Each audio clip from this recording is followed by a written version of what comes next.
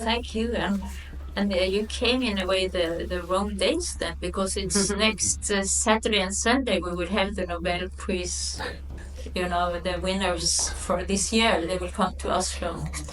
And actually we will have an ecumenical, as they call it, service with the Peace Prize winners in one of our church on Saturday.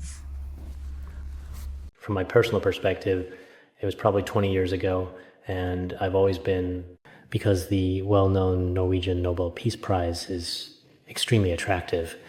In the past, I always used to think about coming to this place, Norway. Even just to have a look, after all, indeed be very meaningful, because in the whole world, for more than 100 years, it has always advocated for peace, for humanity.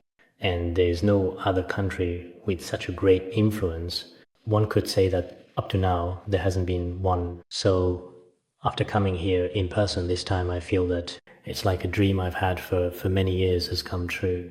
Although I myself can't do much for peace. Last year, we had the chance to attend a Buddhist forum held in Thailand. The main topic was primarily centered on peace. So even though I've done some things in this regard, but I can't do much.